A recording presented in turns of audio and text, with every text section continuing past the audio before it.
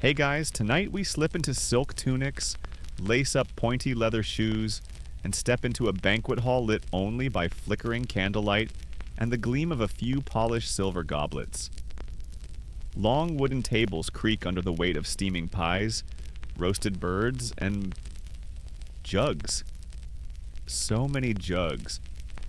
You sit between two lords you've never met, both of whom are already red-faced and halfway through their second cups of wine. One of them tries to toast you with a chicken leg. This isn't your average Friday happy hour. You've time-traveled into the lavish, loud, and sometimes suspiciously sticky world of medieval noble drinking culture. The wine here? Strong, sweet, sometimes cloudy, and definitely not subject to any sort of FDA regulation. You take a cautious sniff. It smells like fermented plums and the faint whisper of regret. You glance down the table. A baroness is pouring hers directly into her soup. Classy. So, before you get comfortable, take a moment to like the video and subscribe, but only if you genuinely enjoy what I do here. And hey, I'd love to know where you're watching from and what time it is. Drop it in the comments below. Now dim the lights, maybe turn on a fan for that soft background hum, and let's ease into tonight's journey together. You reach for your cup again. It's heavy, pewter, slightly warm to the touch. The red liquid inside sloshes thickly. It's definitely wine, but not like anything you'd find in a 2025 Bordeaux catalog. Medieval wine is complicated. For one, it wasn't aged like we do today. Most of it was drunk young, basically months after being made, and it could sour fast if not stored properly. So people flavored it, with herbs, with honey, with literal tree bark. Because when life gives you vinegar, you drown it in the cinnamon and pretend it's festive. This evening's vintage? Likely a rough blend of imported grapes from southern France or Italy, though if you're somewhere in England, odds are it was shipped in barrels across the channel and lost about 30% of its dignity en route. And yes, nobles drank it constantly, at feasts, during meetings, even at breakfast. It wasn't just about the alcohol. Wine symbolized wealth, access, and a certain I own at least 3 villages level of status. In some courts, not offering wine to your guests was like hosting a dinner party today and forgetting to charge your LED light strip. Embarrassing. But here's the kicker. Even this fancy feast wine was often diluted with water. Not to make it weaker, oh no. The idea was that drinking wine undiluted was considered vulgar. Barbaric.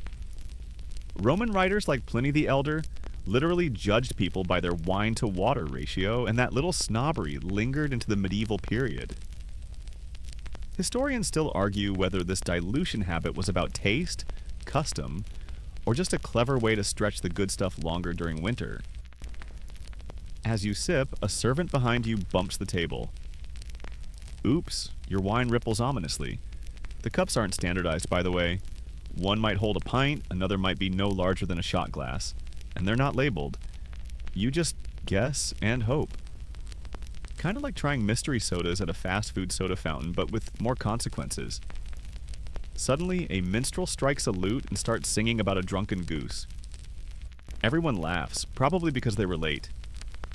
Your neighbor starts pouring again, and this time you notice. He's got a small pouch tied to his belt. Inside? Dried rosemary, likely. A personal spice stash used to flavor his wine on demand. Oh yes, this was a thing. Think of it as the medieval version of adding 5 pumps of hazelnut syrup to your Starbucks order. Except, less sterile and more likely to have chunks in it. Another servant sweeps by with a jug labeled Hippocras.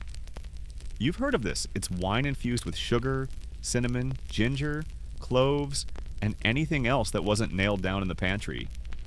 It was the ultimate medieval party punch, often served at the end of the meal to aid digestion. More like to launch digestion into orbit and let it sort itself out. You sip. It's like drinking warm, boozy apple pie filling. Not bad. Could be worse. Could be Posca, a Roman leftover drink made of vinegar and herbs that some lower-ranking knights still swear by. Posca was the electrolyte drink of its day. Not tasty, but efficient. Brutally so. Back to your feast. You watch as nobles clink cups, give increasingly loud toasts, and oh, here comes the part where someone falls backward off a bench. Classic. A herald announces the arrival of an imported vintage from Gascony. Everyone oohs. The noble hosting the party beams with pride. Age 6 whole months in oak, he declares. As if that's impressive. It's not. But no one says anything because he owns all the sheep in the county. The cupbearer enters now, a serious-looking man with the suspiciously clean hands of someone who doesn't trust anything. His job? Pour drinks, sure. But also test for poison. You watch as he takes a small silver spoon, dips it into the wine, and tastes it first. Then he nods. Only then does he pass it along to the Lord. You wonder how often he's genuinely at risk versus just following tradition, but hey, better one dead cupbearer than a dead duke. Nearby, a lesser noble argues with a monk about whether red or white is more Christian. Apparently, red symbolizes Christ's blood, but white is cleaner. The monk looks tired. He probably just wants to go back to his scriptorium and doodleboard rabbits in the margins of manuscripts. The debate dies down as a juggler enters, balancing goblets on his head. Someone throws him a coin. You start to notice the floor is sticky. Very sticky. Wine, spilled stew, maybe a little mead. Because let's face it, everyone's double-fisting their drinks tonight. And you're just trying to stay awake.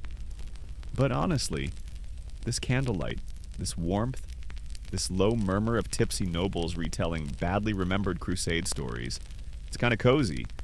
Almost like medieval ASMR. Before you know it, you're staring into your goblet again. The last drops glimmer like rubies in the firelight. Sweet, spiced, slightly smoky. It's not the worst way to end a night in the Middle Ages, unless you overdo it. Then, the next morning, yeah, you probably won't survive this. You wake up early the next morning, not because you want to, but because a rooster outside sounds like it's doing death metal vocals. Your head feels like it's been personally stomped by a warhorse. Congratulations! You've survived your first noble feast, and yet, even in this groggy haze, you're handed another cup. But this one's not wine. It's ale. Yes, ale.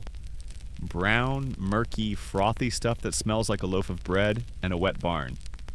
Welcome to your daily medieval hydration plan. Because while the nobles reserved wine for feasts, diplomacy, and casual poisonings, ale was the real MVP of medieval liquid life. Everyone drank it. Lords, ladies, monks, peasants, your neighbor's goat, probably. And it was drunk all day. Morning, noon, evening, and especially whenever water looked suspiciously swampy, which was always. You sip, it's warm, slightly bitter, but surprisingly refreshing in a better than cholera sort of way. This isn't your modern IPA, by the way.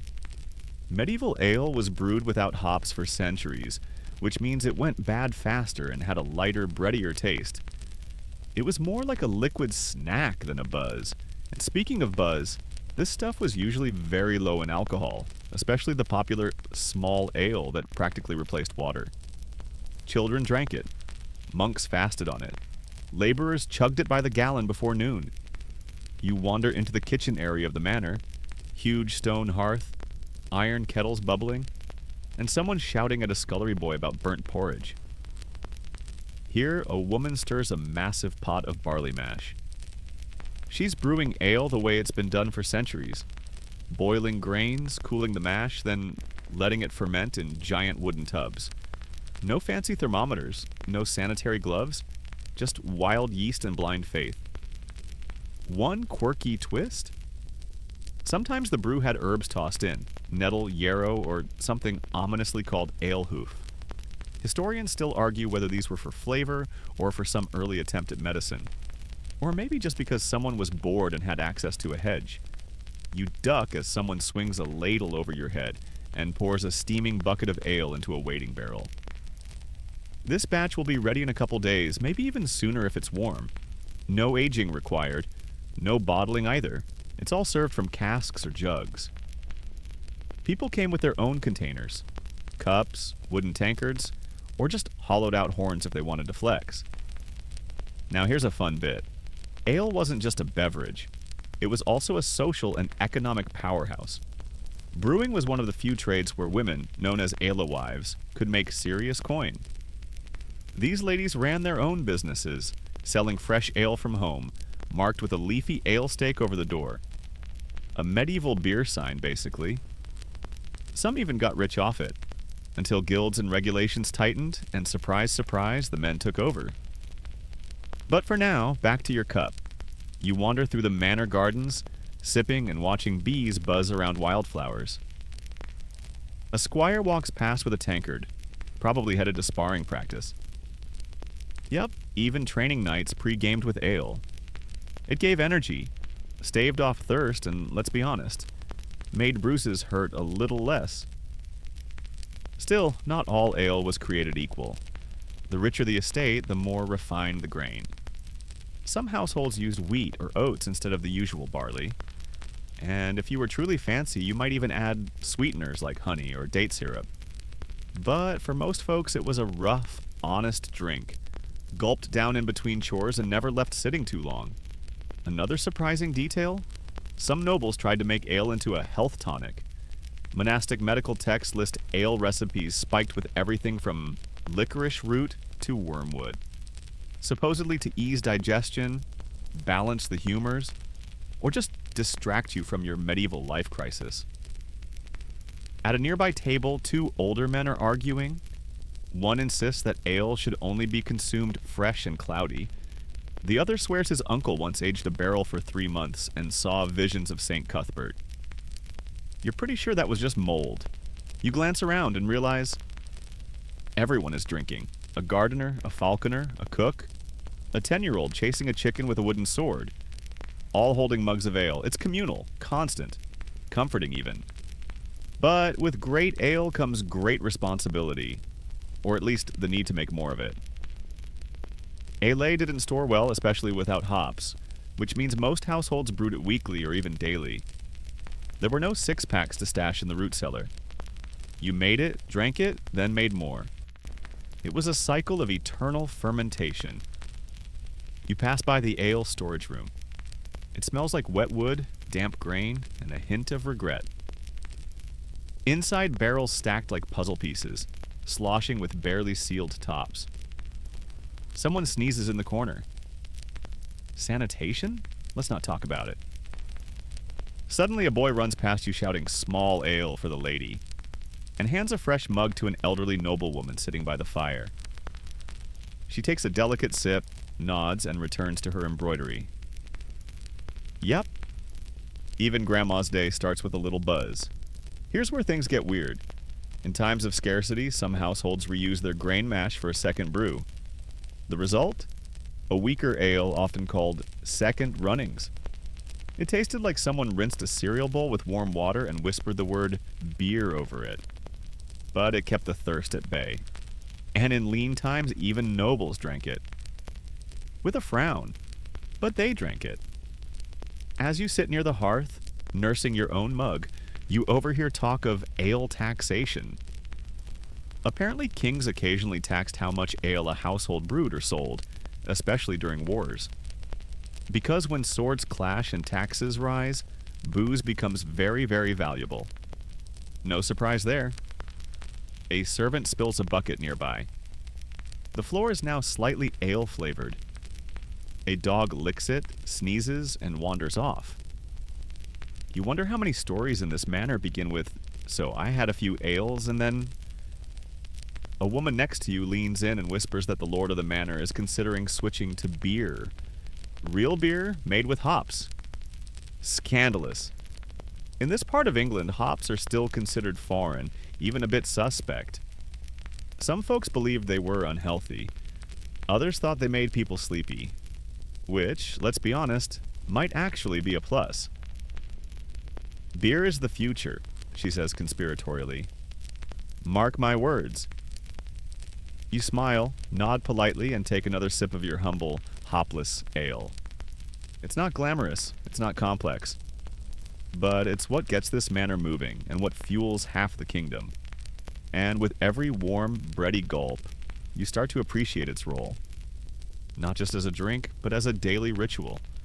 A connection to the earth, to each other, and to a time when every cup carried history in its foam. Also, it's still better than medieval water. Let's never forget that. You find yourself seated beside a different kind of noble tonight.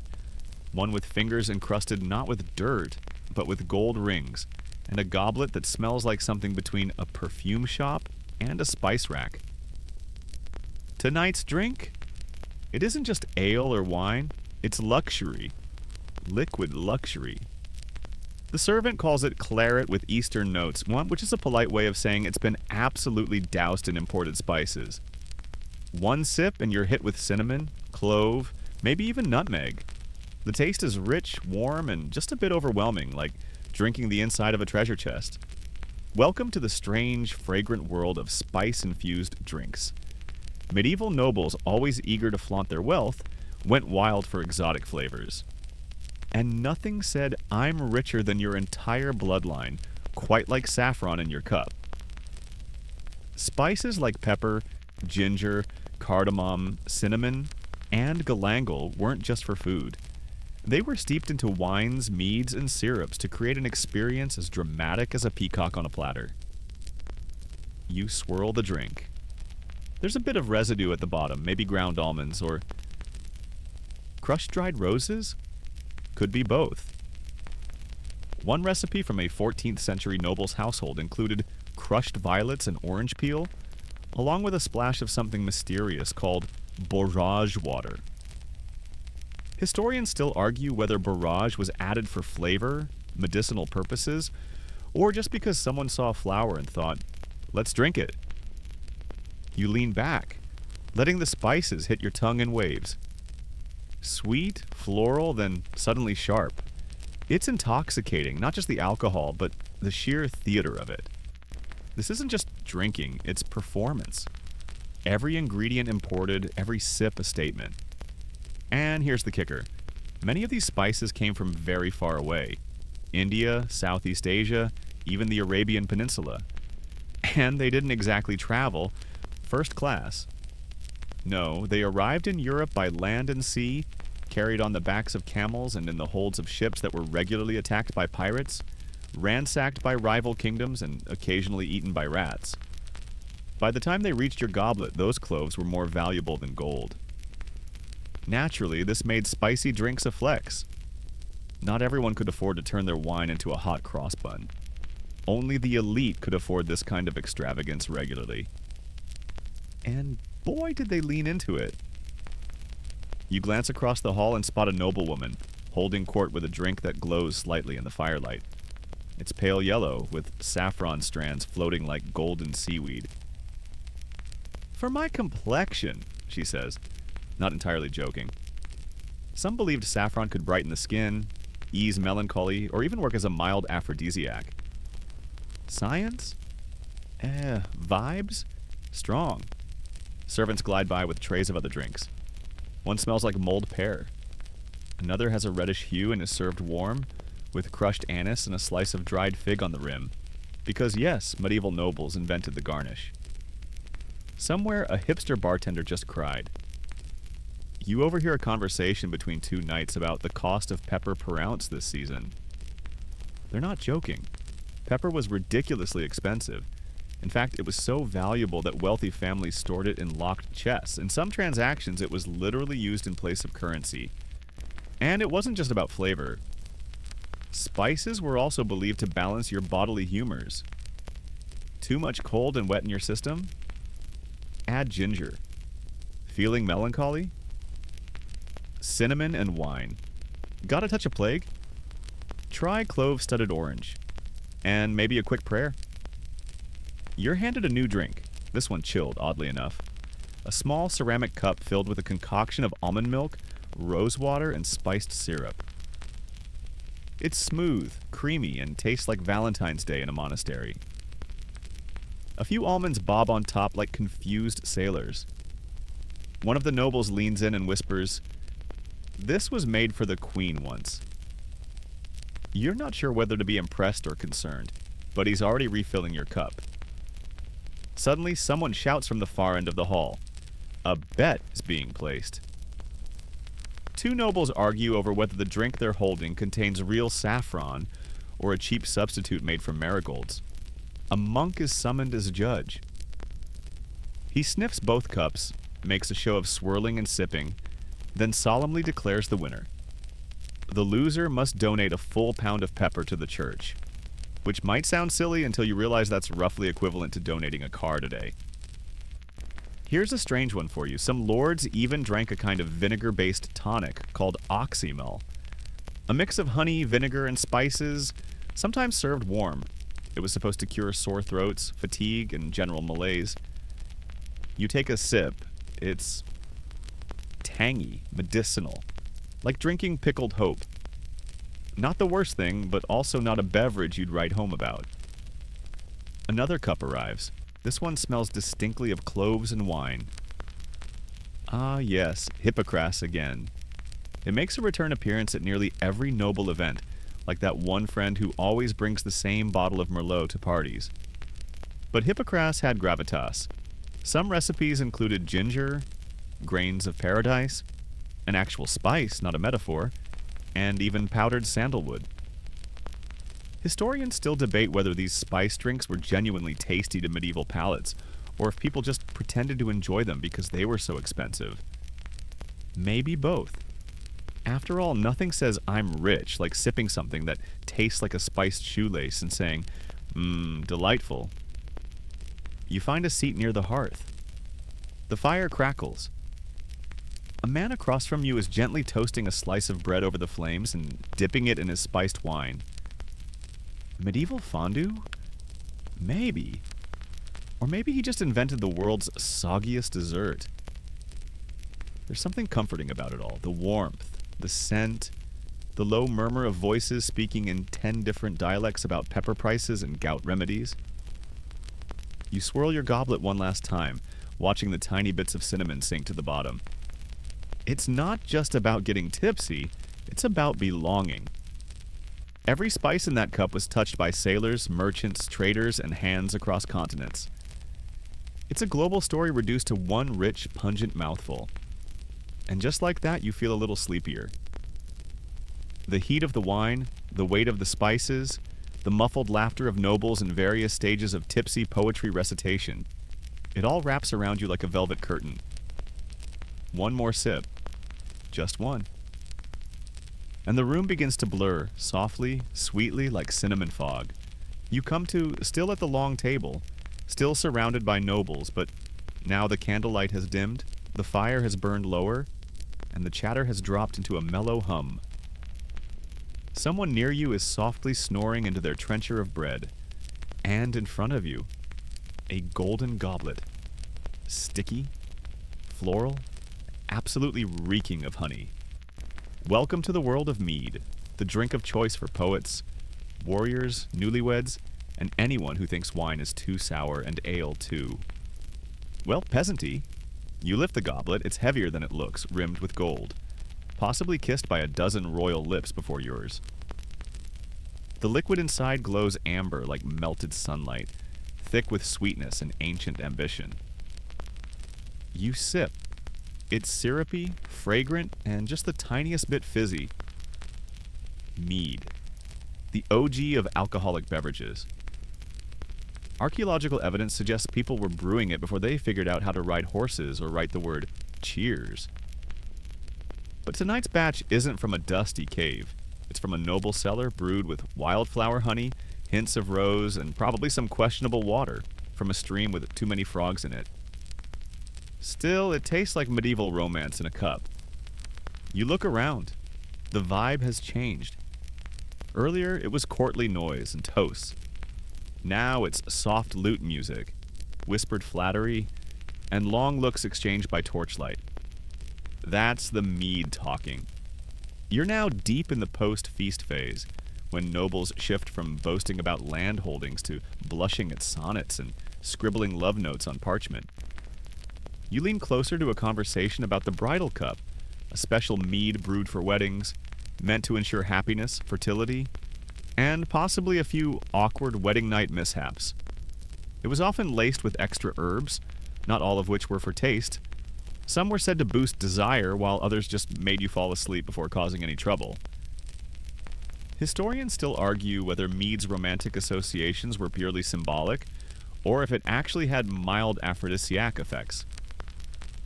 What we know for sure, a lot of people ended up with 9 kids and absolutely no memory of the wedding toast. A serving girl walks by with a ceramic jug labeled Melamel. Someone at the table perks up. You're told this is fruit-infused mead. Tonight's batch has blackberries and elderflower. You snag a cup. It's like drinking honey through a berry bush. One noble next to you sighs dreamily and announces he shall name his next falcon Melamel. Everyone applauds. You start clapping too. No one knows why. There's a bard standing by the fire now. His song is slow, lilting, and oddly tearful, for someone singing about a goat falling in love with a windmill. That's mead for you. It doesn't make you rowdy. It makes you reflective. You look into your goblet and wonder if your childhood goat ever loved you back. Probably not. She did eat your boots. As you sip, you notice something peculiar about the aftertaste. It's not just honey and fruit. There's a faint bitterness. You ask, and the noble beside you explains. Herbs. Some brewers added things like heather, rosemary, even lavender. Others, if they were feeling particularly bold, experimented with more obscure plants like hyssop or wormwood. They claimed these additions aided digestion or cleared the humors, though most of them just made you burp more poetically. And mead wasn't just a drink. It was a symbol of peace, of treaties, of sacred moments. In Norse tradition, it was believed that the gods themselves drank mead in Valhalla. Medieval poets called it nectar of the soul, and certain courts even had official mead tasters whose entire job was to sample brews and declare which batch deserved the royal lips.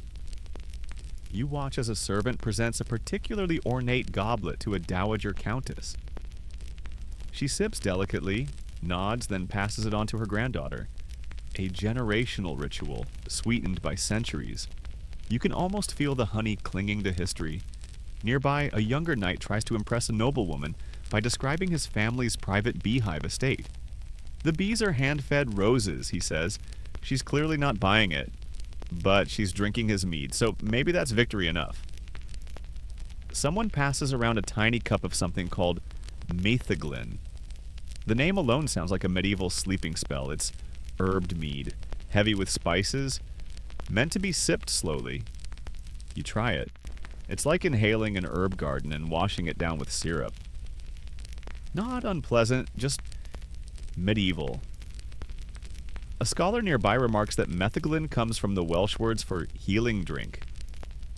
Apparently, monks once prescribed it for colds, melancholia, and whatever ailment caused people to hear voices in the walls.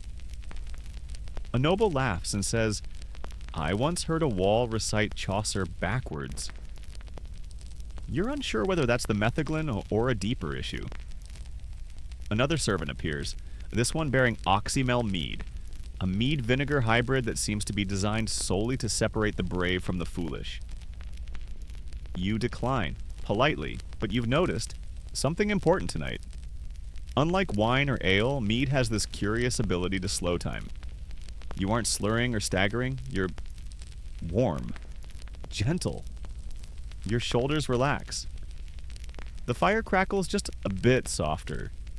Even the floor feels less sticky. It's as if mead doesn't want to get you drunk. It wants to lull you. To press you into your chair and whisper stories of bees and flowers until your eyes droop. A servant offers you one final cup. "This is the Lord's favorite," she says. It's a clear mead, chilled, with a floating petal and a twist of orange rind. You sip. It's divine. Smooth, fragrant, and elegant. The kind of drink you'd offer to a guest you never want to leave. And secretly hope does anyway so you can finish their cup. You glance around. Most of the hall has settled into sleepy conversation. A few guests doze openly. The bard's song fades. The noble next to you gently snores into a cushion embroidered with bees. And you? You're halfway through your final cup. Not rushed, just floating somewhere between honeyed bliss and historical daydream. One last thought before you fade. Someone, somewhere, gathered flowers, raised bees, boiled water, waited days for fermentation.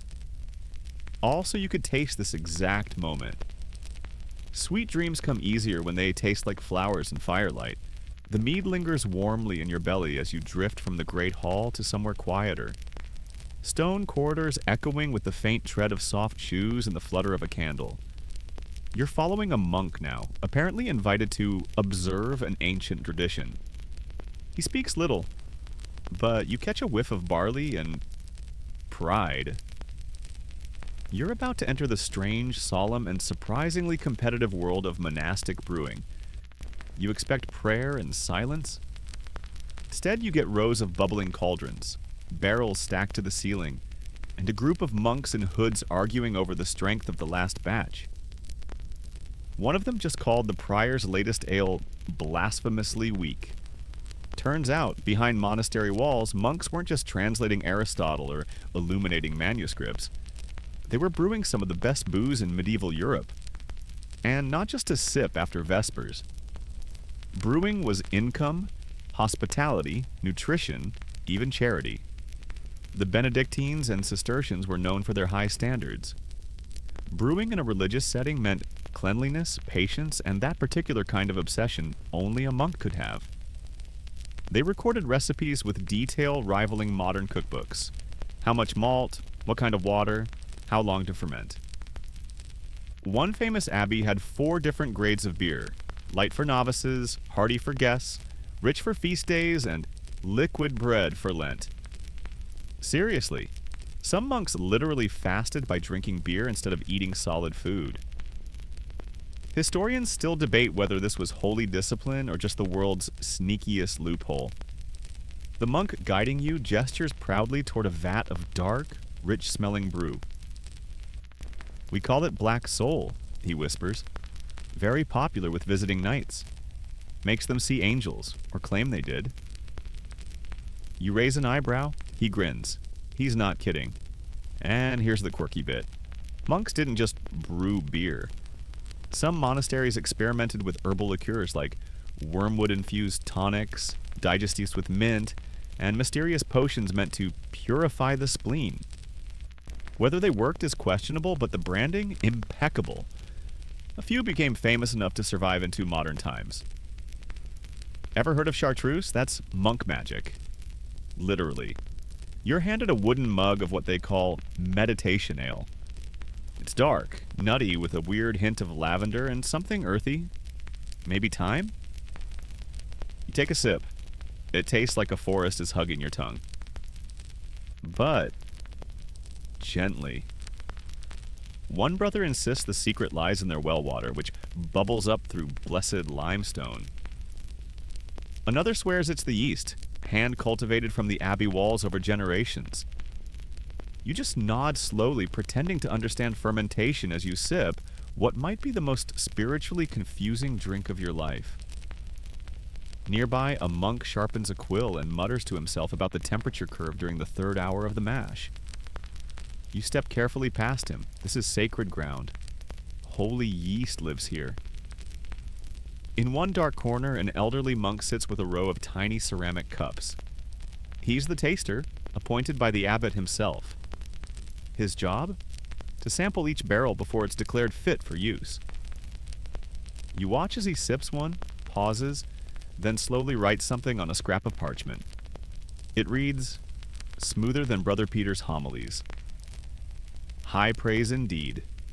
The brewing process, you learn, takes days. Malting the barley, drying it over fires, which sometimes added smoky flavors. Boiling the mash, fermenting, then casking. And unlike secular brewers, the monks did it all with the same care they gave to liturgy. Brewing was a kind of worship. Every bubble a prayer. You're shown the cellar, cool, stone-walled candlelit. The barrels here are older than most noble lineages. One is marked simply 1249. You don't ask if that's the year or just an inside joke. Either way, you don't want to touch it. What's remarkable is how much these monastic brews influence the outside world. Nobles came here for their medicinal beer, travelers stopped for a cup, and even kings sent envoys to negotiate bulk orders. One royal document you glance at, sealed in wax, shows an actual annual order of 50 barrels for courtly use. You're not sure whether to be impressed or mildly concerned, and while monks kept the best stuff for guests in high days, they also gave it away to the poor. Imagine showing up to your local monastery for help and getting bread, soup, and a pint of seasonal double. Not bad. You're now seated with the brewers at a low table. One of them pours a pale golden beer with a head so thick it looks like whipped cream. He raises his cup and says, "To St. Arnold, patron of brewers. May your mash never scorch." Everyone drinks. Another toasts St. Bridget, who supposedly turned her bathwater into beer for thirsty lepers. You sip in her honor. It tastes clean? Cleanish. And then there's the weirdest bit of all. In some abbeys, the brewing records were encoded, not to keep the secrets safe from invaders, but to keep them safe from other monasteries. That's right. Holy beer wars. Spreadsheets in Latin? Possibly petty. You lean back, slightly tipsy, definitely full. The air smells like grain, hops, beeswax candles, and theology. It's peaceful, strangely comforting, and surprisingly fun. As the monks clean up, one younger brother offers you a flask. "Pilgrim's portion," he says with a wink. "For the road." You slip it into your pouch. Outside, the stars are bright. The cool air sobers you just a little, but not too much. Just enough to realize something. Monks weren't just preserving scripture, they were preserving flavor. They were brewers of beauty, alchemists of comfort, and they made sure that even in a world of plague, war, and taxes, there was always something to raise a cup to. You take one last look at the abbey, then turn down the path. Your flask bumps against your side. The night is young, and the road, for once, feels soft beneath your feet. The abbey disappears behind you, swallowed by morning mist and the distant sound of a monk sneezing politely into his sleeve. You've barely gone a mile down the road when a rider thunders past, cloaked in velvet, shouting something about rosewater wine night at the castle. Naturally, you follow. Soon enough, you're back among nobles, but this time, it's not a grand feast. It's something stranger, smaller, experimental. Welcome to the alchemical corner of medieval mixology, where herbs meet booze, courtly love meets questionable science, and someone somewhere has definitely added powdered emerald to a cocktail. You enter a private solar where nobles lounge on embroidered cushions. The room smells like crushed petals, lemon rind, and ambition. In the center, a servant mixes drinks, not pours. Mixes a jug of milk, a vial of mint oil, a sprinkle of dried violets. All swirled into a ceramic goblet and passed off as refreshment. You take a cautious sip. It tastes like if perfume learned how to punch. Courtly cocktails, you learn, were part art, part brag, and part accidental chemistry. Nobles love to invent signature drinks, combinations of wine, mead, or spirits with rosewater, orange blossoms, almond milk, vinegar, flower petals, or occasionally gold leaf. Not for flavor, for sparkle. And the weirder the combo, the more attention you got. You hear whispers of milk punch with cardamom, fennel ale float, and something terrifying called syrup of violets over ice shards soaked in cherry vinegar. Historians still argue whether these drinks were genuinely consumed or simply theatrical, displayed for wow factor and barely touched. Either way, they existed. Medieval drink menus could have given modern molecular bars a run for their money.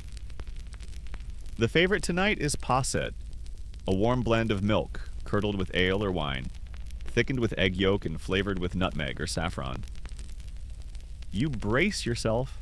The texture is clumpy, but oddly comforting, like spiked tapioca that lost its will to live. Across the room, a noble boasts that his physician invented a healthful bitters tonic, involving wormwood, gentian root, and just a whisper of snake powder. You raise your eyebrows. He nods solemnly. Helps with wind. Welcome to the blurry line between beverage and cure-all. In many courts, drinks weren't just for taste, they were medicine. Or at least people hoped they were. Scholars wrote entire volumes on liquid tonics to treat everything from melancholy to hot blood. Most were alcohol-based. Naturally. A lady nearby offers you a cordial made of quince juice and spiced brandy, served in a tiny glass the size of a thimble. For nerves, she says sweetly, you drink it. Your nerves are not soothed, but your lips go numb. So, success? Then comes surfeit water, a post-feast digestive brewed with fennel, cinnamon, and enough sugar to qualify as medieval Red Bull. This one's not for enjoyment, it's for survival. Because once you've eaten a swan stuffed with a duck stuffed with a fig, you need something to get it moving again. You overhear a knight swearing by wormwood brandy with elderflower and silver shavings. His squire quietly adds that it made the knight recite poetry to a tapestry for 2 hours. You nod. Been there. In one corner, a group of younger nobles are playing a game. Invent the weirdest possible drink, then dare each other to sip it. The current champion is a lukewarm blend of mead, pomegranate seeds, dried basil, and goat's milk foam. It tastes reportedly like betrayal, yet amid all the chaos, there's beauty. The colors, the scents, the sheer inventiveness. One drink is layered: red syrup, golden wine, and a frothy top of whipped almond milk. Another is served in a hollowed lemon, garnished with candied rose petals. You're pretty sure someone snuck in a hibiscus flower just to say they did it first. But don't get too dreamy. Some nobles took things too far.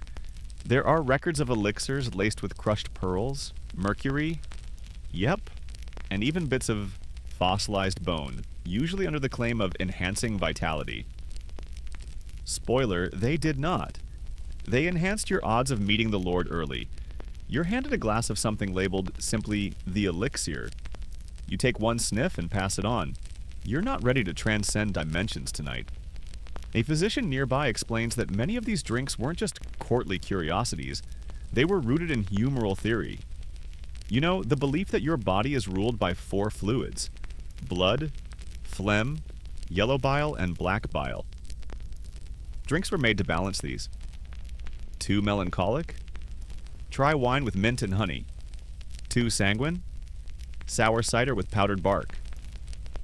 Do they work? Well, historians still argue whether these prescriptions were genuine cures or just a way to drink brandy with extra steps. The sun sets. Torches are lit. The room glows gold and soft pink from rose-tinted glassware. Someone begins singing softly in Latin, possibly about digestion. It's oddly soothing. You're offered one final concoction: peach mead with a dash of rosemary served in a cooled pewter cup. It's simple, elegant, and best of all, recognizably drinkable. You sip, sweet, herbal, clean. You sit back, letting the evening settle over you like silk. And here's the funny part. Amid all the chaos, these odd medieval drinks feel oddly modern, trendy even. You wouldn't be surprised to see one of them on a rooftop bar in Barcelona next week. Because humans, no matter the century, love a fancy drink, love to show off, love to experiment. And most of all, they love to believe that one perfect sip can fix everything, from heartbreak to hiccups. You close your eyes. Somewhere someone is pouring another rosewater fizz over crushed almonds. You let the sound of laughter and clinking cups lull you, not drunk, just dreaming. You wake up in a different part of the castle. The same candlelit ambiance, same velvet cushions. But the vibe? Oh, it's taken a turn. The music is louder, the laughter looser, and someone is attempting to juggle apples while standing on a barrel. You've stumbled into the after-feast drinking phase, better known as the medieval liquid Olympics. Forget courtly cocktails. Forget meditative mead. This is where things get messy. Before you can find your bearings, a servant presses a goblet into your hands. It's brimming with red wine. Probably Hippocras, but maybe just a hastily mixed blend of everything that didn't get finished during the main feast. It tastes like nutmeg, cherry, and ambition. Across the hall, two knights are locked in a stare-down, hands poised over their goblets. A third noble counts them down. 3, 2, drink. And just like that, they chug. The first to slam his cup down roars in victory. The other belches, then promptly topples backward. Welcome to the medieval drinking contest. These weren't rare events. In fact, they were practically expected at noble gatherings. Drinking wasn't just about celebration, it was a public sport. A display of strength, endurance, and how well you could stay upright while singing bawdy songs in Latin. The more you could handle, the more respected you were. Kind of like high school, but with chainmail and way more velvet. And yes, there were rules, sort of. Some courts had drinking orders. Basically glorified clubs of nobles who gathered just to outdrink one another. One German group in the 15th century kept official drinking logs. Like sports stats, but for chugging.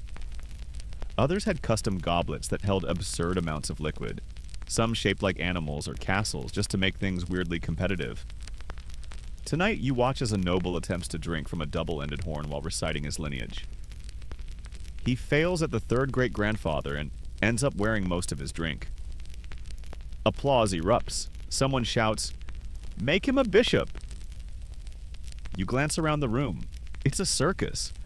One lady is spinning a goblet on her finger like a coin. A jester is encouraging a bishop to drink wine out of his own shoe. Spoiler, he does. There's a chant going, "Chug the fig wine! Chug the fig wine!" And a very dazed young man complying with alarming enthusiasm. You take a cautious sip of your own drink. It's spiced, yes, but also syrupy. Possibly the remnants of piment, a grape-honey hybrid popular in the wealthier courts. Tasty until it's not. But it's not just nobles getting in on the action. Servants, musicians, even a stablemaster wander through with drinks in hand. The social lines blur, especially as the goblets empty. One second you're sitting next to a baron, the next he's snoring on your shoulder and muttering something about a haunted goose. Historians still argue whether these marathon feasts were strategic. Some say they helped cement alliances. What better way to bond than over a mutual hangover? Others insist it was pure theater, a way for nobles to show off wealth, stamina, and just enough recklessness to be considered charming. You know, until someone fell into the moat. There's a strange silence, and then clang! A massive silver tankard is placed on the table.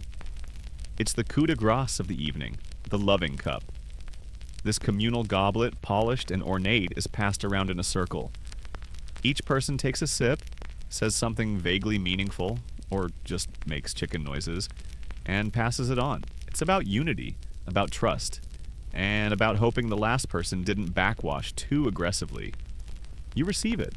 The cup is warm. It smells like 10 kinds of wine and probably a touch of mead. You sip, mutter, "To goats that never betray us," and pass it along. People nod in solemn agreement. No one likes a treacherous goat. Suddenly, a bell rings. A man in a feathered hat declares, "It's time for the stand." You learn that the stand is a game where nobles drink until they can no longer stand without swaying. Simple, brutal, entertaining. One by one, they rise, toast, and try to hold themselves upright for the count of 10. Those who wobble must sit and recite a limerick. Those who fall, well, they're lovingly dragged behind a curtain for the snoring corner. You watch as one noble, red-faced and determined, nails the balance. People cheer. Another hiccups on step 3 and begins reciting the history of his cousin's dog instead. It's surprisingly moving. A lady near you shares a tip. You must eat something greasy before these nights. She hands you a slice of roast pork wrapped in mint leaves. It's a lifesaver, or at least a stomach saver. But not everyone plays the fool.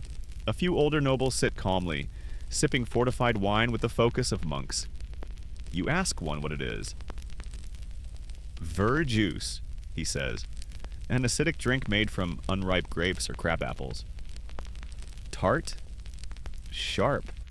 Said to cleanse the palate and the soul. You try it. Your mouth puckers so hard it tries to fold in on itself. Cleansing? Absolutely. And then, just when you think things are slowing down, someone introduces a game called Cup of Fortune. A rotating tray of goblets, some filled with wine, others vinegar, one with pickled garlic water. You pick blind, you drink, you hope, you spin, you sip. It's ale with honey and hot mustard. You are confused. People laugh. A bard writes a song about your face. You pretend this was the plan. And so the night rolls on. You see things you won't remember. Hear stories you'll half remember and tell badly for years. The drink flows. The music drifts between chaos and lullaby.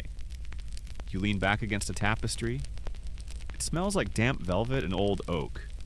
Your cup is empty. Your heart is full. And just before your eyes close, you think, even in the absurdity, the mess, the hiccups, and the clinking chaos, there's something beautiful here. A shared silliness. A very human tradition.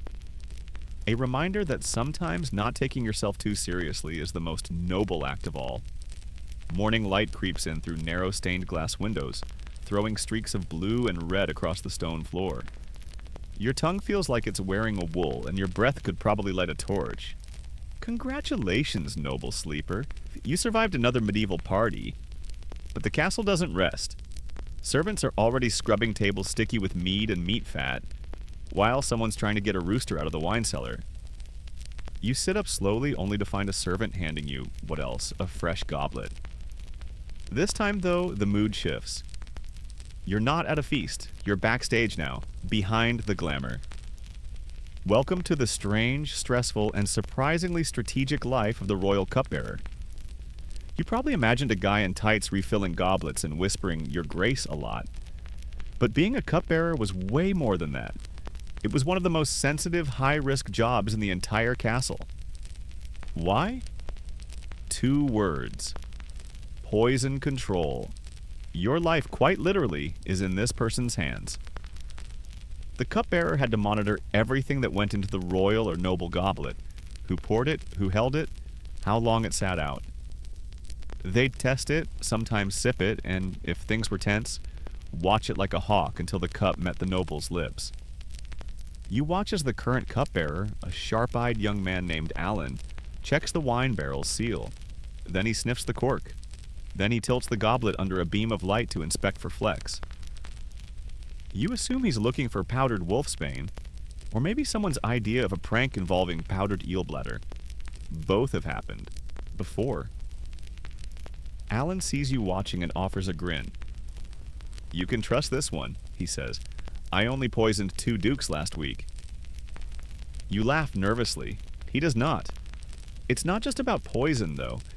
The cupbearer is a chess master in a room full of drunk bishops. They memorize cup placement. Who's drinking what, when, and how much.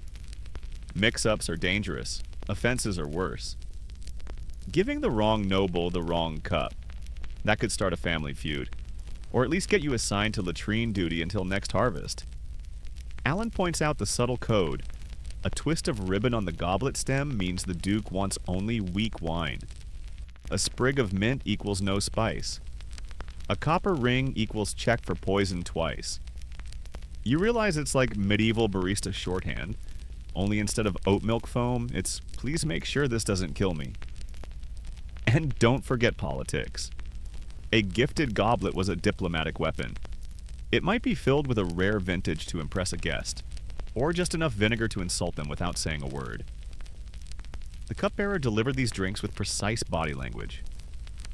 A slight bow meant welcome. A raised eyebrow? Careful. A completely blank stare? We're watching you. You shadow Alan for an hour as he navigates the castle halls. He brings mulled cider to a noblewoman whose husband recently tried to claim part of the king's estate. She sips, smiles. He bows exactly 1 inch deeper than usual. Message received. In another chamber, he serves diluted ale to a visiting abbot. The cup has a carved fish on the base, a symbol of religious purity. The abbot nods approvingly. No words exchanged. Just drink diplomacy. But there's more. Cupbearers also manage the drink storage, the royal cellars where barrels were inventoried, guarded, and occasionally tampered with. You follow Alan into the wine vault beneath the castle. It's cold, damp. Smells like earth, mold, and a hint of cherry mead. Barrels are stacked like fortresses, some marked with wax seals, others with chalk runes only cupbearers could read. Alan explains how they rotate stock to avoid spoilage, test for leaks with oil-dipped feathers, and occasionally sink a decoy barrel to catch thieves. Apparently 1 year they caught a cook siphoning brandy through a goose quill. That's either desperate or genius. Historians still argue. Alan opens a small cask and offers you a sip. Pear wine with a trace of ginger. Smooth, regal. He nods. That one's for the queen. No one else touches it, ever. And if someone does, the cupbearer investigates. You now understand. This isn't a servant. This is a one-person MI6 with a ladle. You pass through the tasting room, where 3 young cupbearers are blind sampling wines. They're grading for clarity, flavor, spice balance, and, get this, personality.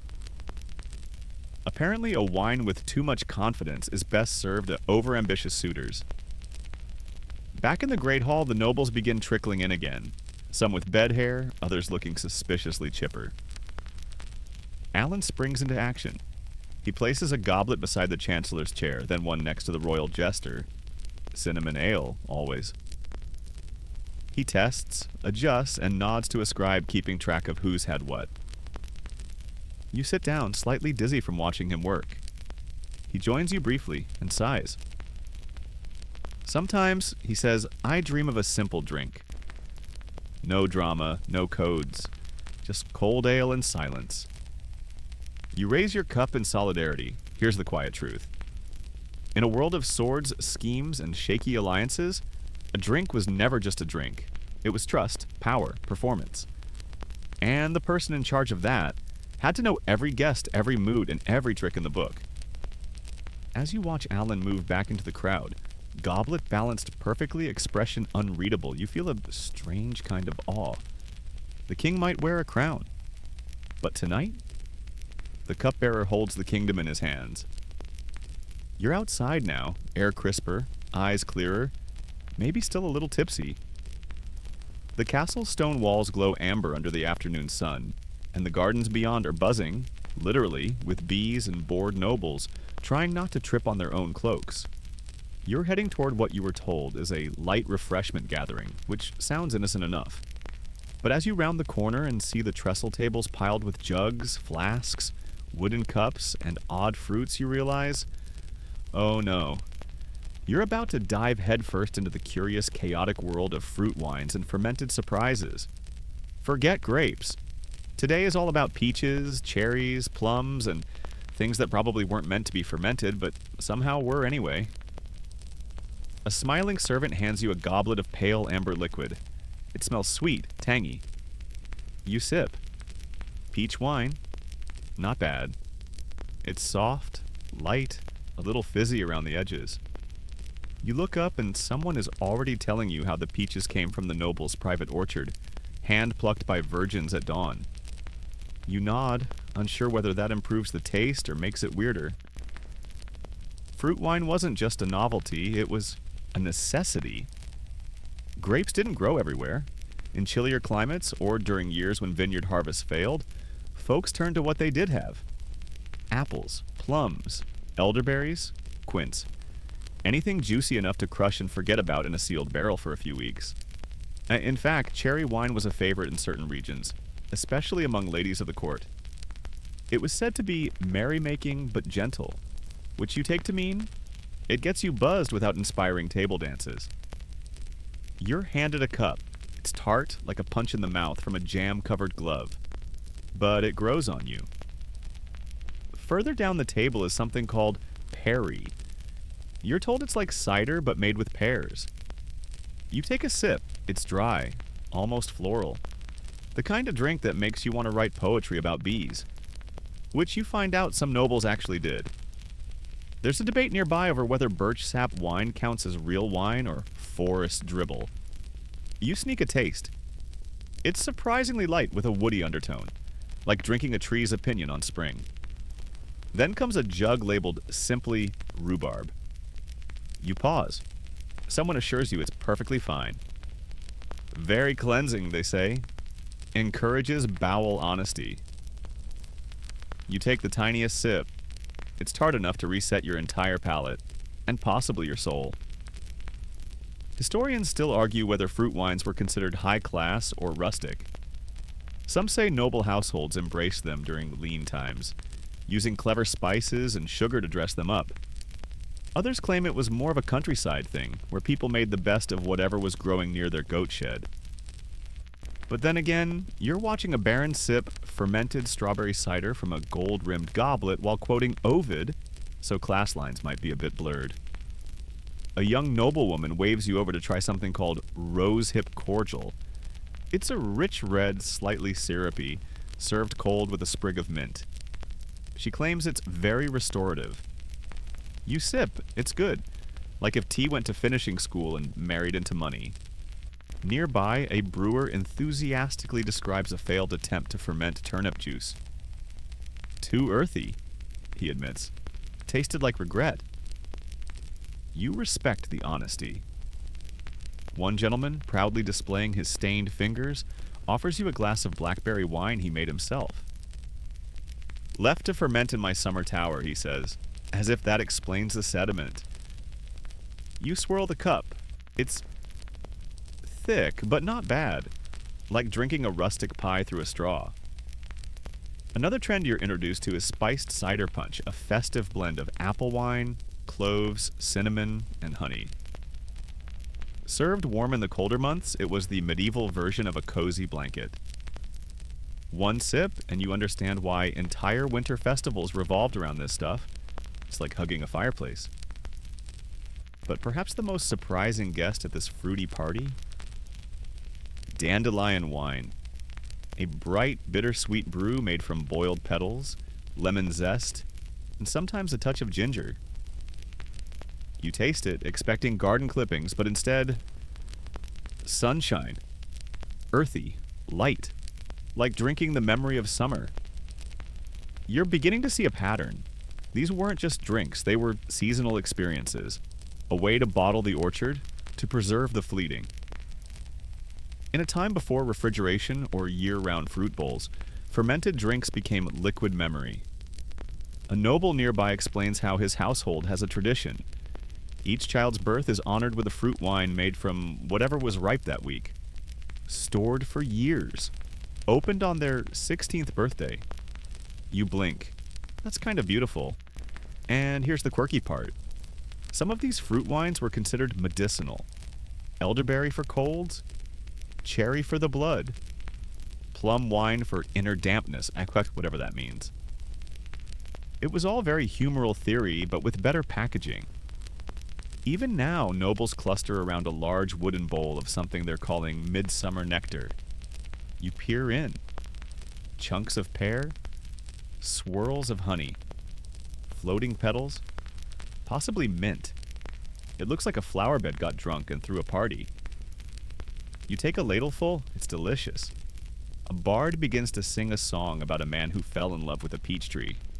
No one stops him. You recline under a tree, sipping your plum cordial, half listening to tales of lost harvests and miracle brews. The air smells like ripe apples and sweet hay. Someone offers you a candied cherry on a stick. You take it. It melts like wine in the sun. The day stretches long. The world slows. And as your eyes begin to close, you think, fruit doesn't last forever, but wine, Wine remembers. Night again. Not a banquet this time. No velvet-draped halls or trumpets blaring for noble entrances. You're in a courtyard surrounded by pine branches and flickering torches. The air carries the scent of mulled cider and burning rosemary. People are singing. Not court songs, but something older. Earthier. You've stumbled into a seasonal celebration, and tonight's drink is wassail. It's the winter solstice, or maybe the feast of St. Agnes, or just a long night with no plans and too much cider. These medieval parties didn't need exact dates to get festive. What they did need? Spiced alcohol, preferably in a bowl big enough to swim in. You're handed a carved wooden cup. The liquid inside steams gently, cloudy gold, flecked with cinnamon, cloves, and floating apple slices. You sip. It's sweet, then sharp, then warm all the way down. This is wassail, part drink, part ritual, all cozy chaos. And it's not just for nobles. Peasants, knights, nuns, bailiffs, everyone has some version of it. It began as a pagan offering to fruit trees, yes, really, and slowly evolved into the go-to winter beverage across all levels of society. You toast the trees to encourage next year's harvest, literally. People would carry cups into the orchards, sing to the branches, splash a little cider on the bark, and hope for apples. Kind of like plant-based bribery. You sip again, letting the spice tingle on your tongue. Someone shouts, "Wassail!" and a chorus echoes it back. The word itself comes from Old Norse, vesheil, meaning be healthy. Which is ironic, considering how strong this brew is. The bowl is passed from hand to hand. Each person sips, says a blessing or a joke, and passes it on. It's less about intoxication and more about connection. To the land, to each other, to the strange comfort of warm drink on a cold night. You notice a pattern. Different drinks for different times of year. Spring brings honey-infused meads, laced with early herbs like mint and lemon balm. The lightness echoes the season. Bright, hopeful, green. Summer? That's for fruit wines. Berry punches, cherry cordials, lightly fermented things that fizz and cool.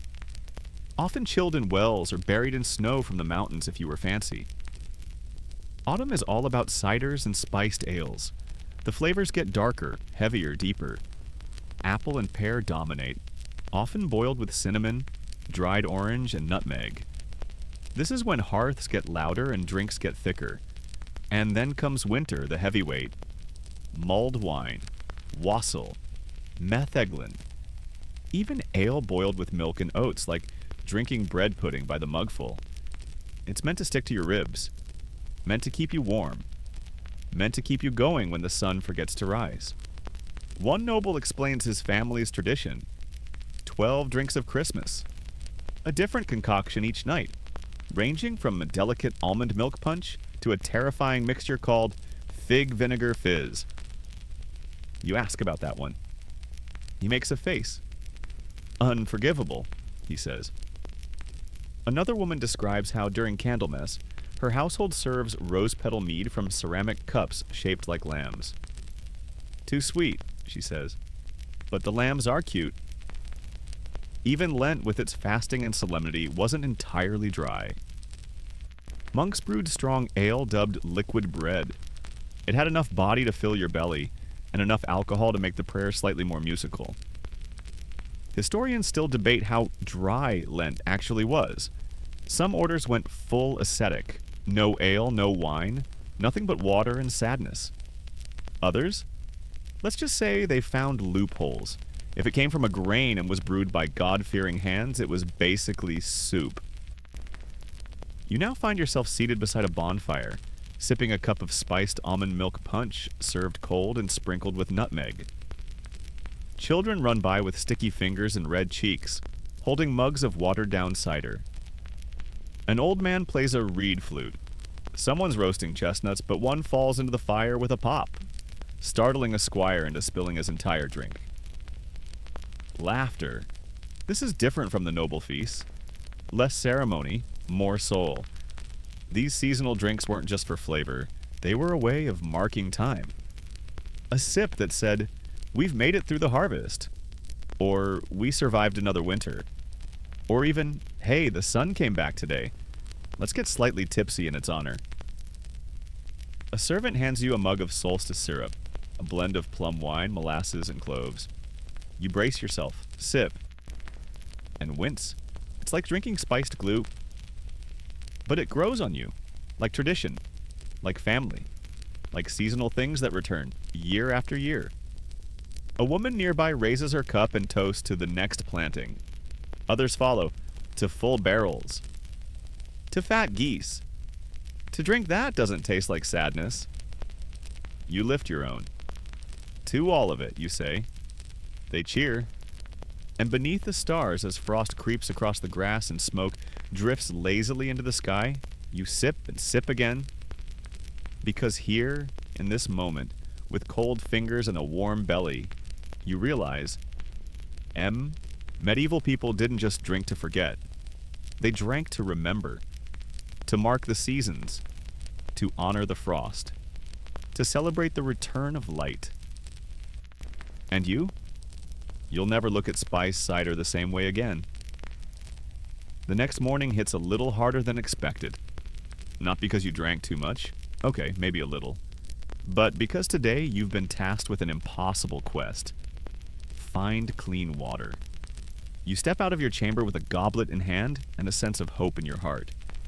It dies quickly. Because this is the medieval world. And water?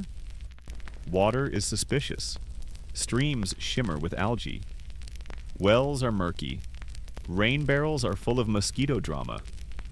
You eye a fountain in the courtyard that looks charming until you see the stable boy washing his feet in it.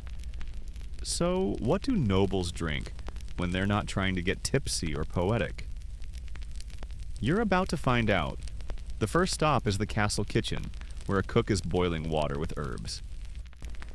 "For the young lord's morning infusion," she says. You peek into the pot. It's mint, rosemary, and some leaves you're not convinced aren't just weeds. But the key? It's been boiled. Boiling water wasn't just for tea, it was survival. Nobles knew on some level that raw water could make you violently ill. So they infused it with herbs, added fruit juice or turned it into cordials, light, slightly sweetened drinks that straddled the line between beverage and medicine. You're handed a cup of barley water, boiled grains strained and chilled. It's murky, bland, and surprisingly refreshing. Like oat milk's medieval cousin that dropped out of monk school. It was especially popular during illnesses, served to people too weak to handle wine. Then there's herbal tea, which wasn't just for quiet afternoons. It was a serious beverage category. Chamomile, sage, mint, elderflower, lemon balm, anything that grew nearby and didn't kill you immediately got brewed. Not always for taste.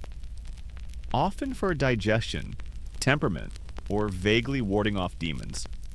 Sometimes all three. You sip a blend of thyme and lavender. It's bitter but calming. The steward explains that it reduces the heat of the liver, which sounds like something a horoscope would say, but okay. Still, tea-like infusions weren't enough for heavy workdays, or recovery from an entire night of wassailing. Enter small ale again. You remember this one. Weak, barely alcoholic, brewed daily, consumed constantly. You walk past a servant handing mugs of it to gardeners. Even kids drink it. It's basically medieval Capri Sun. But here's something new. Milk. Not for everyone, especially not adults, but it was consumed, particularly by the wealthy with access to fresh cows, goats, or even sheep. You're offered a cold cup of goat's milk, thick and grassy.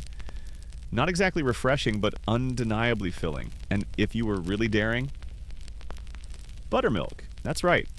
Fermented leftover from butter making. Tangy, sour, said to be good for digestion. You take a sip. It tastes like disappointment with a hint of barn. Nobles sometimes drank it mixed with herbs and honey, especially during Lent. That didn't help the flavor, but it dressed it up enough to feel fancy. Kind of like adding whipped cream to regret. One servant suggests a solution: diluted wine. You scoff until you realize they don't mean bad wine. They mean very weak wine. Just enough to kill bacteria in the water, but not enough to send you reciting poetry to the pantry again. It's called table wine, and it was served with lunch, dinner, and sometimes breakfast.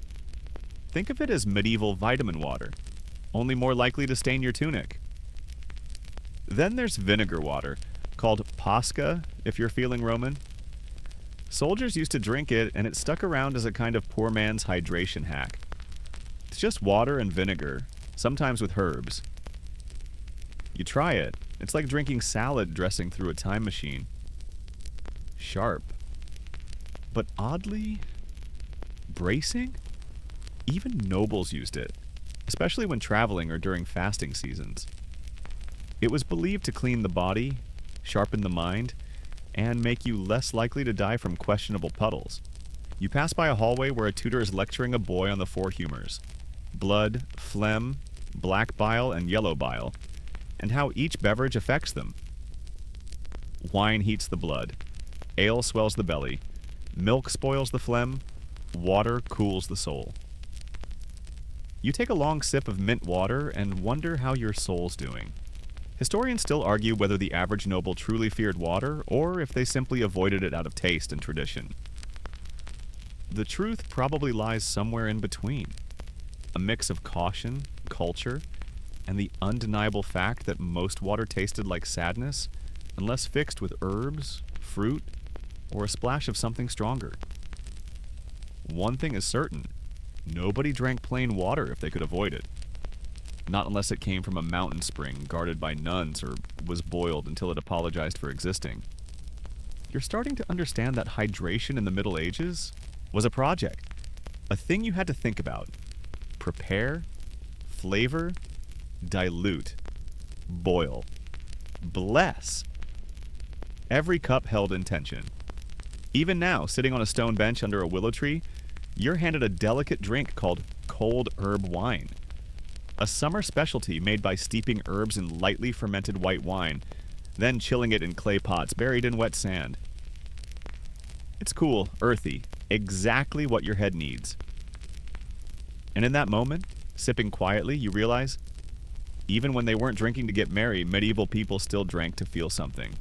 Relief, health, clarity, a little safety in every swallow. And in a world where disease loomed like fog and life was rarely certain, even a simple drink of barley water or elderflower tea could feel like a kind of quiet miracle. By now, you've seen it all, or so you think. You've drunk from goblets made of gold, sipped wine spiced with cinnamon and confusion, and survived a hangover that probably qualifies as a minor miracle. But tonight, things feel different. The air is heavier, the torches burn lower, the crowd is smaller, and the drinks, let's just say, they whisper back. You've entered the world of forbidden brews and foreign fire.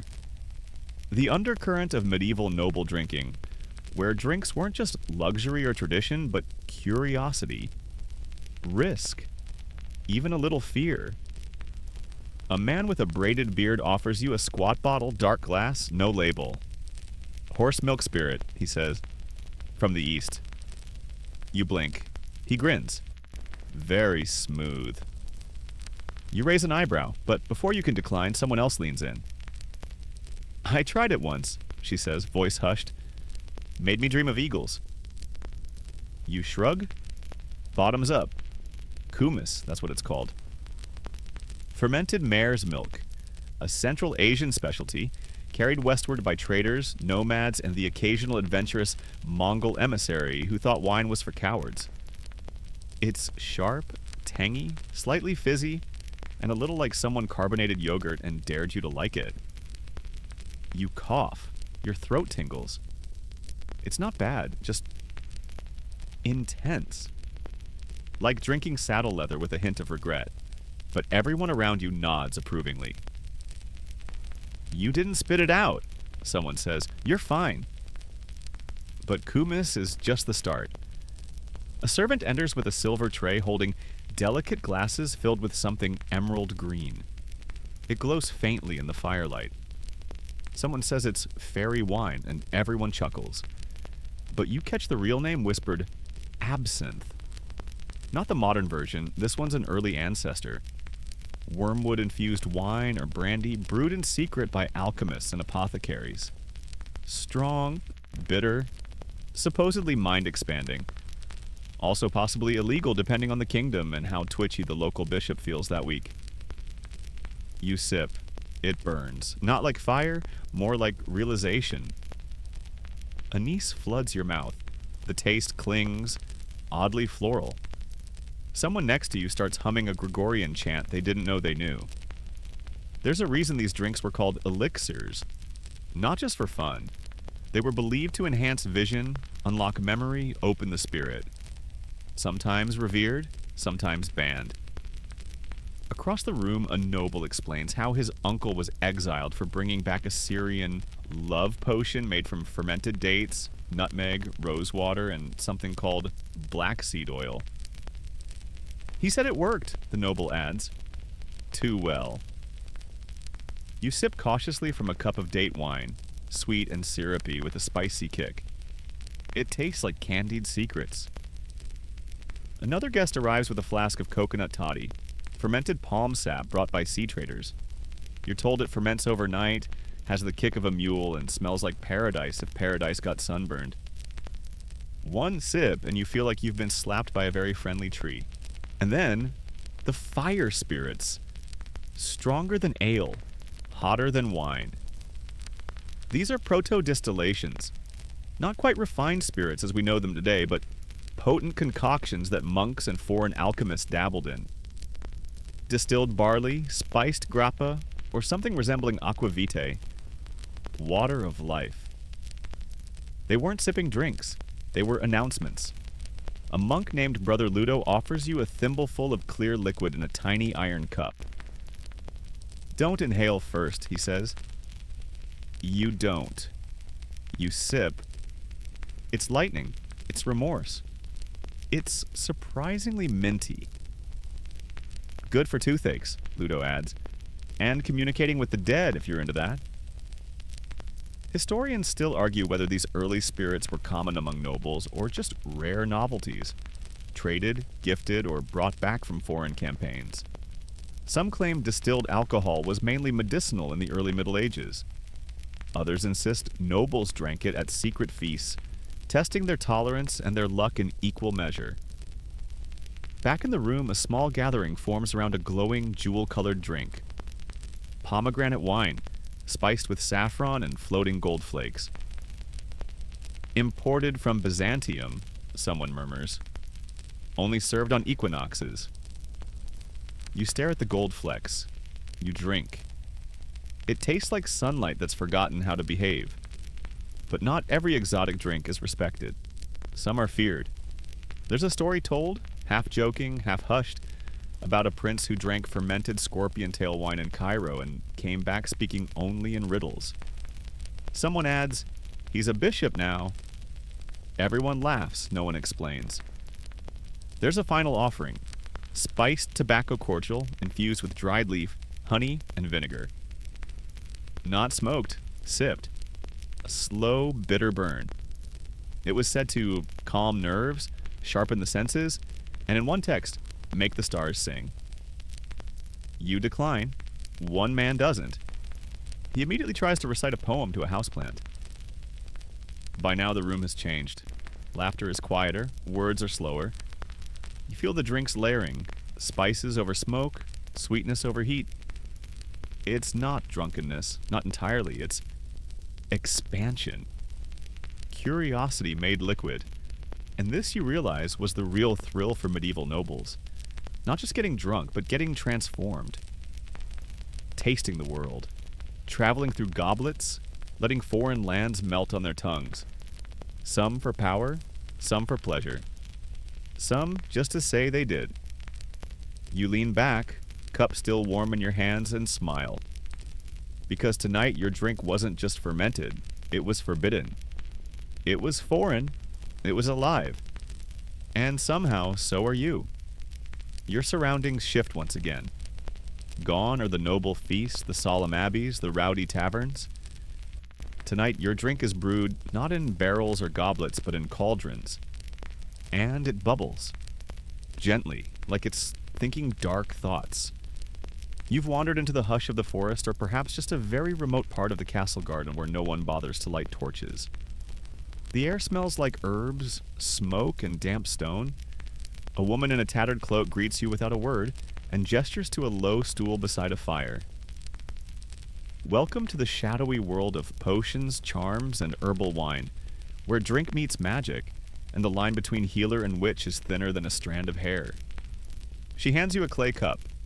The liquid is dark, muddled, smells like elderberries and regret. You sip. It's bitter, so bitter it feels personal. But then something changes. A sweetness hidden under layers of bark, root, and ash. Good for the blood, she says. Also for dreams. You're not sure if that's comforting. These kinds of drinks weren't served at court banquets.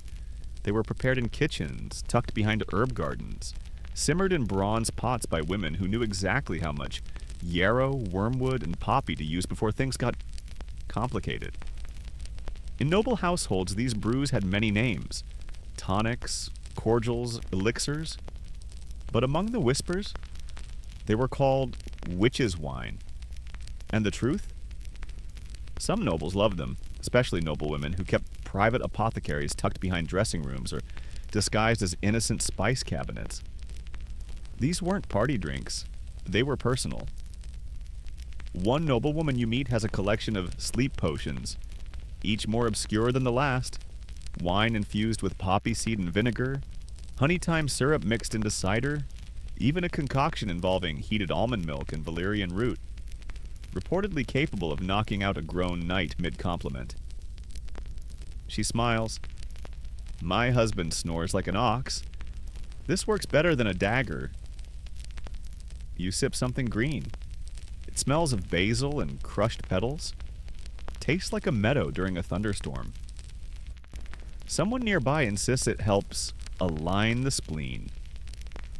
Even in the world of nobility, herbal drinks were medicine, magic, and mystery all at once. For ailments of the body, sure, but also the soul. Lovesickness, melancholy, nightmares, ambition. There was always something to sip for that. A man pours you a strange golden liquor. Angelica, root, and honey, he says. The monks say it wards off plague, or at least makes you forget about it. You take a sip. It's strong, sweet, with an aftertaste of church incense and maybe a little fear. Then comes the mythic brews. You don't know how many are real, but the stories are very real. There's talk of a moonflower infusion, only harvested at midnight by silence. Said to cause prophetic dreams. Another noble swears by crow's eye wine, which may or may not contain actual crows. Someone else claims to own a dragon's breath cordial, which glows faintly in the dark, and makes you speak in rhymes for a full hour. Do these exist? Historians still argue. Some say the recipes were symbolic, allegorical mixtures to explain inner transformation. Others insist they were real, consumed at secret gatherings by those seeking power, insight, or just an evening less boring than embroidery. You're offered a drink called the Mirror. No ingredients listed. Clear, cold. You hesitate, then sip. It tastes familiar, like snow, like the color blue, like memory. You blink. What's in this? You ask. The brewer only shrugs. Whatever you needed. You don't ask again. Later, near a crumbling stone bench overrun with moss, you're handed a flask etched with symbols. A noble explains it contains hawthorn wine, used in some fertility rituals. Also good for heartbreak, she adds, not meeting your eyes. You pass it back. Nearby, a young woman stirs a cauldron with what looks like a carved bone spoon. The brew is deep red, the smell both sharp and floral. Rose hips and rue, she says. For courage or clarity, depends on the moon. She offers a sip. You accept. It's warm, heavy. Feels like standing at the edge of something important. As the night deepens, the drinks grow stranger. One tastes like old metal and honey, another like wood smoke and lemon balm. A third, only referred to as the widow's cup, burns the moment it hits your throat, then vanishes as if it was never there. And it's here, surrounded by shadows and scent and silence, that you begin to understand. These drinks weren't for toasts. They were for transformation, for the moments nobles didn't speak of. When they feared, when they ached, when they wondered, these potions, tonics, and brews gave them something to hold, to sip, to believe in, because belief, like wine, sometimes needs a vessel. You lie back on a patch of moss, a final cup rests on your chest, lavender and sage. You breathe in, and as the stars blink above you and the fire dies down to glowing coals, you whisper thanks, not to the gods, not to the court, but to the nameless hands who stirred these cups. Hands that knew. Sometimes healing doesn't come in sermons or swords. Sometimes it comes in sips. The flames are lower now. You're not in a forest or a grand hall, but underground, deep beneath stone walls and history itself. A castle cellar, a wine vault, a place that smells like damp wood, cool earth, and obsession. You're in the noble wine cellar, and you are most definitely not supposed to be here. But your guide, a servant with a wink and a key pilfered from the steward's belt, leads you down a spiral staircase lined with cobwebs and silence. The only sound? The drip of condensation and the occasional creak of ancient wood adjusting to its own age. This is where the real stories live. Rows upon rows of barrels. Jugs, amphorae, corked flasks sealed with wax so old it's flaking like ancient skin. A single candle casts long, dancing shadows across handwritten labels. One reads, Claret, Gascony, 1336. Reserved for inheritance toast. Another, rose wine, saffron infused, only to be opened upon coronation. You can already tell this isn't a storage room, it's a liquid archive. And for nobles, it was more than practical, it was personal. Each cask tells a story, a marriage, a victory, a season of abundance. Or maybe just a particularly good summer where the peaches were extra juicy and someone got ambitious. Your guide taps one massive barrel. This one, he says, was hidden during the Siege of 48. Dug into the garden and disguised as a beehive. Still drinks smooth. You raise an eyebrow. He shrugs. Bees were furious. You move through the cellar, tracing your fingers along cool iron racks. Some bottles are decorated with ribbons. Others bear carved family crests. One has a dried flower tied to its neck, a symbol of a summer that never returned. And then, the vault. A gated section locked tight. Your guide produces another key. The Lord's private reserve, he whispers. Inside, the air grows heavier. Not with dust, but with reverence. The barrels here are older, larger, more intentional. You step past a crate marked Blackberry Solstice 1274 and spot a jug painted with delicate lilies in Latin, phrases you can't quite translate. This is no longer wine. This is legacy. Noble families didn't just drink wine, they hoarded it, cultivated it, passed it down like crowns. A good vintage was a treasure, a mark of prestige, patience, and the ability to wait for flavor. Some cellars even kept forbidden vintages, batches too strong, too strange, or too scandalous to serve at court. One jug is marked, Nightshade Blend, do not serve. You back away, slowly. Historians still argue whether noble wine hoarding was practical or purely status-driven. Some argue that aging wine wasn't even understood until the later Middle Ages. Others point to inventories listing wines stored for decades, suggesting that yes, some nobles knew exactly what they were doing. One noble wrote an entire wine ledger by hand, detailing each bottle's mood, flavor, and ideal pairing. Sample entry, plum and sadness. Best with roast duck and arguments. You wander deeper. Your guide lifts a small wooden panel and reveals a hidden niche. Inside, a single bottle, black glass, unmarked. He uncorks it carefully and pours you a sip into a copper chalice. You drink. And for a moment, time folds. It's dark, deep, rich like velvet and slow like syrup. It tastes of blackberries, cloves, and long-forgotten letters. You swallow and feel warmth creep into your bones like a sunrise in reverse. That's the 1282 Winter Reserve, he says. Opened only on nights that matter. You nod. Tonight matters. In one corner, you spot phantom bottles, drinks that were stolen, replaced, or mysteriously never consumed. Some still show up in estate records, even though no one has seen them for centuries.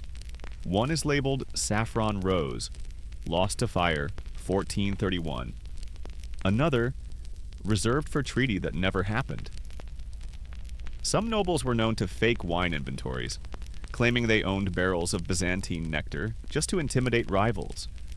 Others hid their finest, vintages behind decoy racks. One even filled fake bottles with colored vinegar to trick thieves. Bold, petty, brilliant. You run your hand across a cool stone shelf and find something peculiar. A diary, bound in goatskin, stuck between two jugs.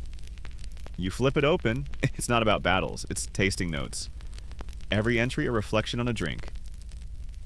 Tonight, plum cider, slightly sour, reminds me of when father left. Mint wine served too cold. Grandmother disapproved. Still drank 3 cups. You close the book gently. These cellars weren't just about wine. They were about memory. Stored, sealed, aged, remembered, and sometimes forgotten. You sit on a barrel labeled for peace, and someone brings you a modest cup of blackcurrant cordial. It's simple, quiet, a little sweet, no fanfare. But it feels right, because not every noble drink was made for toast or tantrums. Some were made for nights like this, for secrets, for stories, for sitting still while the world turns slowly above. The candle sputters. Your guide nods toward the stairs, but before you leave, you take one last sip from the chalice. One more taste of time, trapped in wood and waiting. And you think history is written in ink. But memory? Memory is poured.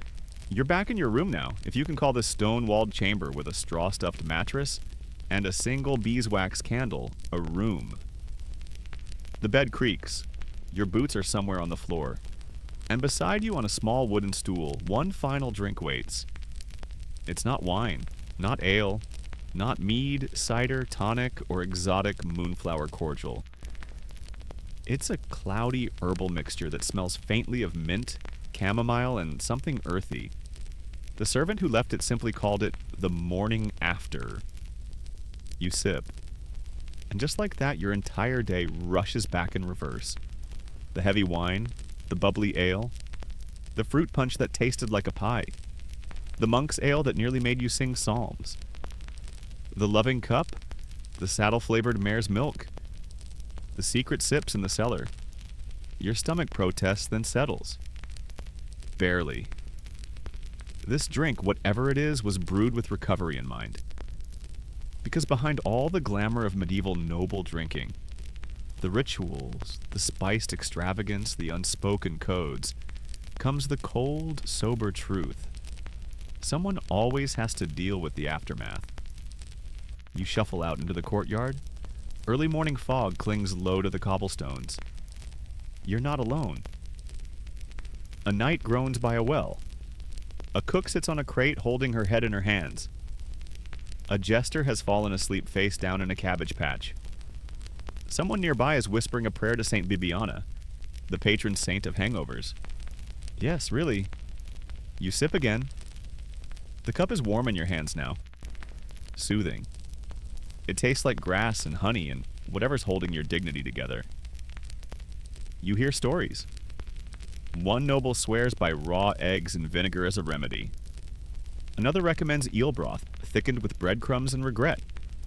A third insists that sitting in a cold stream cures both the head and the sins of the tongue. You smile politely and keep sipping your tea. Some households had official morning stewards, tasked with preparing hangover cures. Light broths, rehydrating cordials, or just a quiet room with a soft chair and a bucket. It's said King Edward IV once delayed a battle by a day after overindulging on elderflower wine. His steward gave him fortified cabbage tonic and strict instructions to avoid poetry for 24 hours. Historians still debate whether hangovers were viewed as shameful or just part of noble life. In many cases, they were almost a badge of honor. Proof you'd survived the feast, the toast, and whatever song ended with someone wrestling a goose. But among the wiser nobles, especially the older ones, there was a quiet reverence for restraint. For balance. You remember watching one elderly duchess at the feast, sipping just enough to warm her cheeks but never letting her words slur. Her cup never empty, never full, just enough. She called it sipping the shadow. Not drowning, not denying, just meeting the drink halfway. As you sit in the garden now, the sun breaking through the clouds, you understand. Because what you've tasted over these long, drifting nights wasn't just alcohol. It was culture. It was memory. It was ritual and rebellion, celebration and caution, luxury and survival, all poured into clay, glass, and pewter, passed hand to hand, century to century. The noble who toasts the peace treaty. The widow who keeps a bottle for anniversaries no one else remembers. The scribe who drinks nettle tea to stay awake copying stories he's never allowed to sign. The monk who blesses the ale before handing it to the weary traveler. The cupbearer who knows every guest's favorite vintage and every secret they're hiding behind a smile. The herbalist who brews the morning after cure and says nothing when you arrive. Bleary-eyed and humbled, cup in hand. You drain the last of your tea.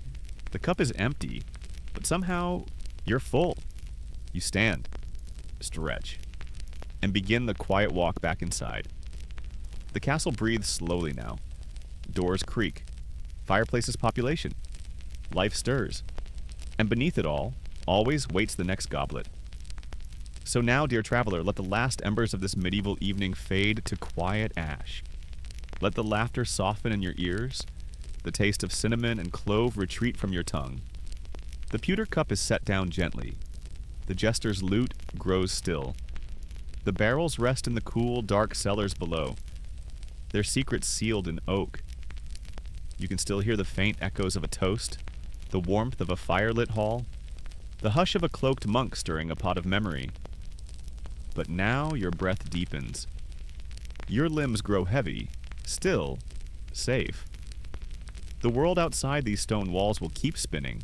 Markets will open, carriages will roll, someone will spill a cup and blame the dog. But for now, none of that matters. You are wrapped in the gentle haze of history, floating between honeyed dreams and hearth smoke lullabies.